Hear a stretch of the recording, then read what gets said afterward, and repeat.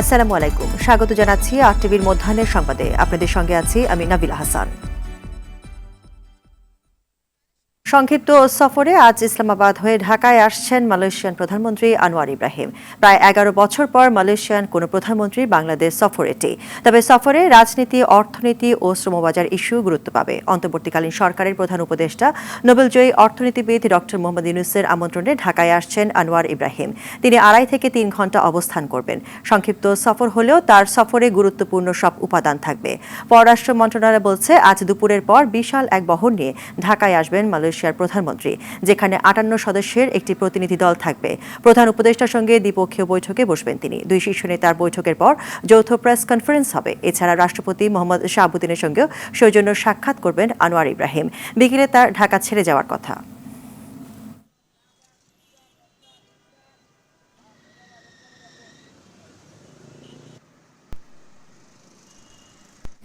এই মুহূর্তে হোটেল ইন্টারকন্টিনেন্টালের সামনে থেকে সরাসরি যোগ দিচ্ছেন সহকর্মী রফিকুল ইসলাম। রফিক, মালয়েশিয়ার প্রধানমন্ত্রীর সঙ্গে প্রধান উপদেষ্টার বৈঠকের বিষয়ে সর্বশেষ কি তথ্য রয়েছে আপনার কাছে?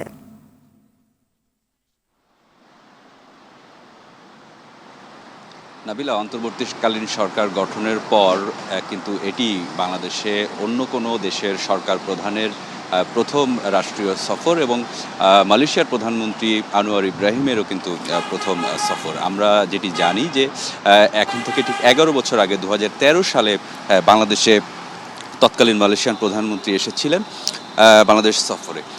আমরা যেটি জানতে পেরেছি যে দুপুর 2:30টার দিকে মালয়েশিয়ার প্রধানমন্ত্রী তার সফর সঙ্গীদের নিয়ে ঢাকার শাহজালাল আন্তর্জাতিক বিমানবন্দরে পৌঁছবেন এবং সেখানে 20 মিনিট তাকে অভ্যর্থনা জানানো হবে। রাষ্ট্রীয় যে অভ্যর্থনা, বিমানবন্দরে তাকে উষ্ণ অভ্যর্থনা জানানোর পর তিনি 3:10-এর দিকে হোটেল ইন্টারকন্টিনেন্টালে আসবেন এবং 3:30-এর দিকে, 3:30টার দিকে তিনি বাংলাদেশের অন্তর্বর্তীকালীন সরকারের প্রধান উপদেষ্টা ডক্টর মোহাম্মদ ইউনূসের সঙ্গে তিনি বৈঠকে বসবেন এবং সেই বৈঠকটি আমরা যেটি জানতে পেরেছি যে 20 মিনিটেরও বেশি সময় ধরে বৈঠক অনুষ্ঠিত হবে এবং বৈঠকের পর কিন্তু যে আলোচনা হবে সে বিষয়ে আসলে সংবাদ সম্মেলন করা হবে।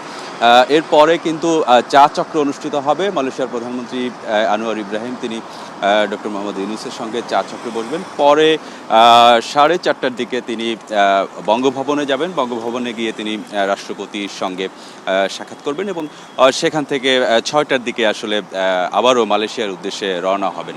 এই যে 3 ঘন্টার সংক্ষিপ্ত সফর হলেও কিন্তু সফরটি অত্যন্ত গুরুত্ব বহন করছে, কারণ মালয়েশিয়ার সঙ্গে কিন্তু আমাদের নানাবিধ সম্পর্ক রয়েছে। বিশেষ করে প্রায় জনশক্তি রপ্তানির ক্ষেত্রে প্রায় 50 বছর ধরে আসলে তাদের সঙ্গে আমাদের সম্পর্ক রয়েছে। 1978 সাল থেকে আসলে বাংলাদেশ থেকে মালয়েশিয়ায় জনশক্তি পাঠানো হচ্ছে এবং আমরা আসলে দেখেছি যে কয়েক দফায় কিন্তু নানা কারণে মালয়েশিয়ার শ্রমিক পাঠানো কিন্তু বন্ধ হয়েছে এবং সর্বশেষ চলতি বছরের আসলে জুনে কিন্তু শেষ দফায় আসলে বাংলাদেশ থেকে মালয়েশিয়ায় শ্রমিক পাঠানো বন্ধ রয়েছে। তবে আশা করা হচ্ছে এই শ্রমিক পাঠানো সহ রাজনীতি, অর্থনীতি সহ নানা বিষয়ে মালয়েশিয়ার প্রধানমন্ত্রীর সঙ্গে একটি সুন্দর বৈঠক অনুষ্ঠিত হবে বলে বাংলাদেশের পররাষ্ট্র মন্ত্রণালয় থেকে আসলে বলা হয়েছে।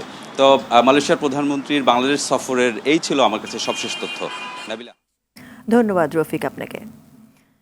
সাবেক খাদ্যমন্ত্রী সাধন চন্দ্র মজুমদারকে গ্রেফতার করেছে ঢাকা মেট্রোপলিটন পুলিশের গোয়েন্দা বিভাগ। গেল রাতে ঢাকার বসুন্ধরা আবাসিক এলাকা থেকে তাকে গ্রেফতার করা হয়। এদিকে আওয়ামী লীগের সহযোগী সংগঠন কৃষক লীগের সভাপতি সমীর চন্দ্রকে গ্রেফতার করেছে ঢাকা মেট্রোপলিটন পুলিশ। গেল রাত 1টার দিকে তাকে গ্রেফতার করা হয়।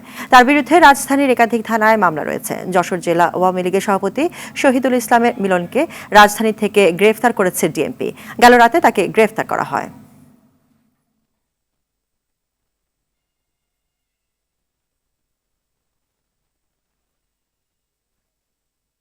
দর্শক, এই মুহূর্তে ডিবি কার্যালয়ের সামনে থেকে সরাসরি যোগ দিচ্ছেন সহকর্মী ইকবাল অনেক।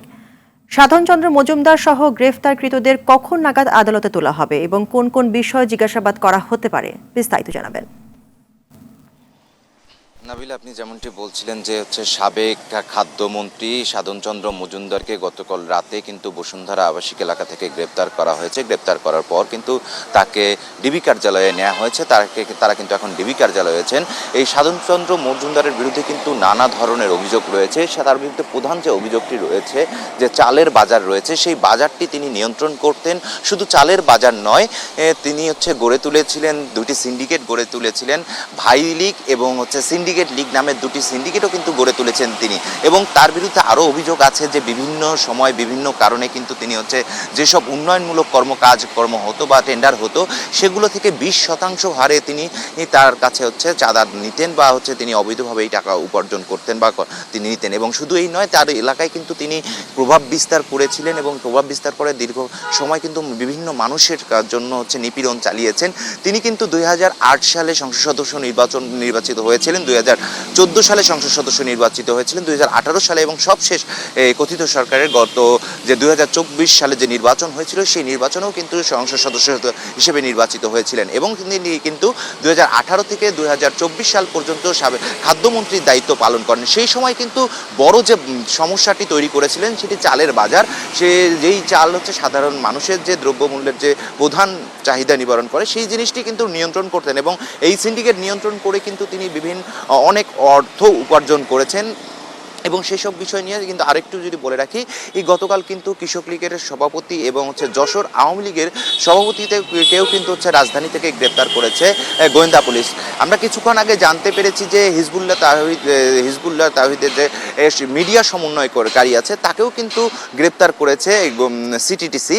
তো তাদেরকে কিন্তু আমরা যতটুকু জানতে পেরেছি দুপুর নাগাদ তাদেরকে দুপুরের পরপরই তাদেরকে কোর্টে তোলা হতে পারে। এবং অন্যান্য যে মামলায় 5ই আগস্টের পর যেসব মামলা হয়েছে, সেই সব মামলার প্রেক্ষিতে যাদেরকে যে প্রক্রিয়ায় রিমান্ড চাওয়া হয়েছিল 10 দিন, তাদেরকেও সম্ভবত আমরা যতটুকু তথ্য সূত্র পেয়েছি, তাদেরকেও প্রতিজনকে 10 দিনের করে রিমান্ড চাওয়া হতে পারে। তো এই ছিল আমার কাছে নাবিলা সবশেষ অবস্থা ডিবি কার্যালয়ের সামন থেকে। ধন্যবাদ অনিক আপনাকে। কোনো উদ্যোগে বাজারে কমছে না নিত্যপণ্যের দাম, বরং অস্থিরতা যেন দিন দিন বাড়ছে। গেল এক মাসে কয়েক দফায় 20 টাকার মতো বেড়ে প্রতি ডজন ডিমের দাম উঠেছে 168 থেকে 170 টাকা। বাড়তি দামে বিক্রি হচ্ছে ব্রয়লার মুরগি, কেজি প্রতি 200 থেকে 210 টাকা। আমদানির পরও পেঁয়াজের দাম পতনের খবর নেই। কেজি প্রতি ভারতীয় পেঁয়াজ বিক্রি হচ্ছে 105 থেকে 110 টাকায়, আর দেশি পেঁয়াজ 115 টাকায়। এদিকে ইলিশ রপ্তানির কারণে কিছুটা চাপে বাজার। প্রতি কেজি পদ্মার রূপালী বিক্রি হচ্ছে 1,500 টাকার উপরে। সবজির বাজারে 50 টাকার নিচে মিলছে কেবল পেঁপে। বেশিরভাগ সবজির দাম প্রায় 70 টাকা ছুঁই। পরশুদিন 150 টাকা ছিল মুচ্ছের দাম, কালকেও 250, আজকেও 250। 50 টাকার নিচে খালি পেঁপে 35, 40, 30 যে যাক আমরা বিক্রি করি। এই সপ্তাহে রিম এসেছে 56 টাকা হালি লাল রিম, সাদা রিম 55 টাকা ডজন, 168 টাকা লালটা, আর সাদা রিম হলো 165 টাকা। ব্রয়লার ছিল 190, আজকে 210, আর সোনালি ছিল 280, আজকে হলো 300, 310। দেশের দ্বিতীয় বৃহত্তম মৎস্য অবতরণ কেন্দ্র বরগুনার পাথরঘাটায় ইলিশের সরবরাহ কম থাকায় বৃদ্ধি পেয়েছে দাম। গেল সপ্তাহের থেকে এই সপ্তাহে ইলিশের এই মোকামে 1 কেজির উপরে ইলিশ মন প্রতি বিক্রি হচ্ছে 74,000 টাকায়, আর 800 গ্রাম থেকে 900 গ্রাম প্রতি মন ইলিশ বেচা কেনা হচ্ছে 63 থেকে 55,000 টাকায়। লক্ষ্মীপুরের বাজারে এখনো চড়া দামে বিক্রি হচ্ছে ইলিশ। শহরের পৌর বাজারে 500 গ্রামের ইলিশের কেজি প্রতি বিক্রি হচ্ছে 1100 টাকা থেকে 1300 টাকায়। 1 কেজি ইলিশ বিক্রি হচ্ছে 1700 থেকে 1800 টাকায়। আগের তুলনায় আমদানি কিছুটা কম থাকায় দাম বৃদ্ধি পেয়েছে বলে জানান স্থানীয় বিক্রেতারা।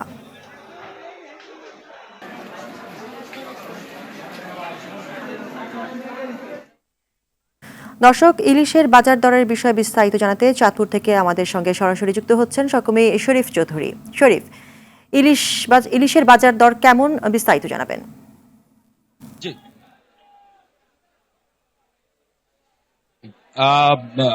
লাবিবা, আমি আপনাকে একটু জানিয়ে রাখছি প্রথমেই যে আর মাত্র 8 দিন পর, অর্থাৎ 12 অক্টোবর মধ্যরাত থেকে চাঁদপুরে শুরু হবে, চাঁদপুর অর্থাৎ 6টি অভয় আশ্রমে শুরু হবে নদীতে নিষেধাজ্ঞা, অর্থাৎ ইলিশ মাছ থেকে সব মাছ ধরা নিষেধাজ্ঞা। ইলিশ প্রজনন মৌসুম অর্থাৎ মা ইলিশ রক্ষা এই কার্যক্রম শুরু করেছেন। অর্থাৎ 12 তারিখ মধ্যরাত থেকে আগামী 3 নভেম্বর পর্যন্ত এই নদীতে মাছ ধরা নিষেধাজ্ঞা থাকবে।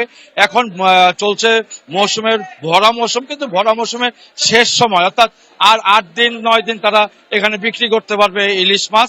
এই এখন বাজারে যে ইলিশ মাছ আমদানি করার কথা, সেই ইলিশ মাছ থেকে প্রচুর কম এসেছে ইলিশ। অর্থাৎ এই সময় এখানে ইলিশ মাছ আসার কথা 3 থেকে 5 হাজার মন ইলিশ, সেখানে এসেছে আজকের বাজারে এখানে ইলিশ এসেছে 500 থেকে 600 মন ইলিশ।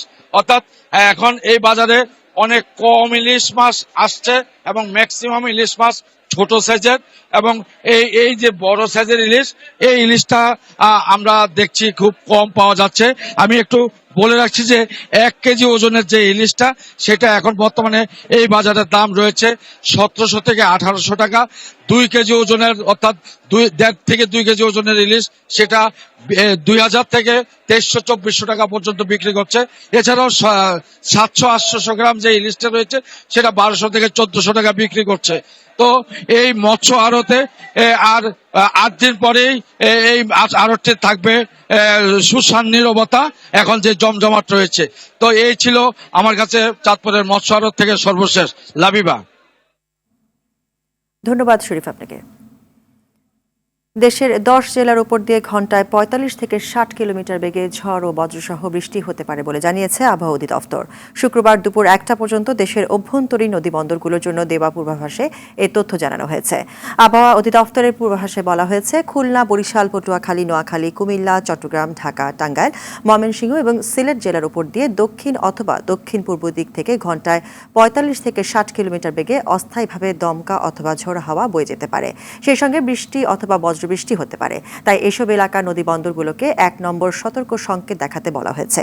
এছাড়া মৌসুমী বায়ু বাংলাদেশের উপর সক্রিয় এবং উত্তর বঙ্গোপসাগরে প্রবল অবস্থায় থাকায় দেশের সব বিভাগে অস্থায়ীভাবে দমকা হাওয়া সহ হালকা থেকে মাঝারি ধরনের বৃষ্টি অথবা বজ্রসহ বৃষ্টি হতে পারে।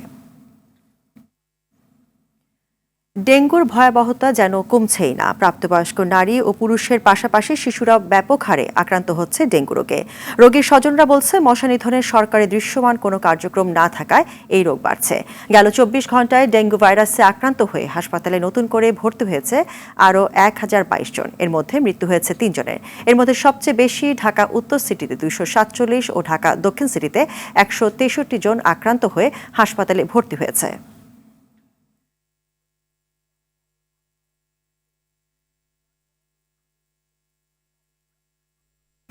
মধ্যাহ্নের সংবাদ এই পর্যন্তই। সর্বশেষ সংবাদ জানতে যে কোনো মোবাইল থেকে 24141 নম্বরে ডায়াল করুন। দুপুরের সংবাদ 2:45 দেখার আমন্ত্রণ রইল। ধন্যবাদ সবাইকে।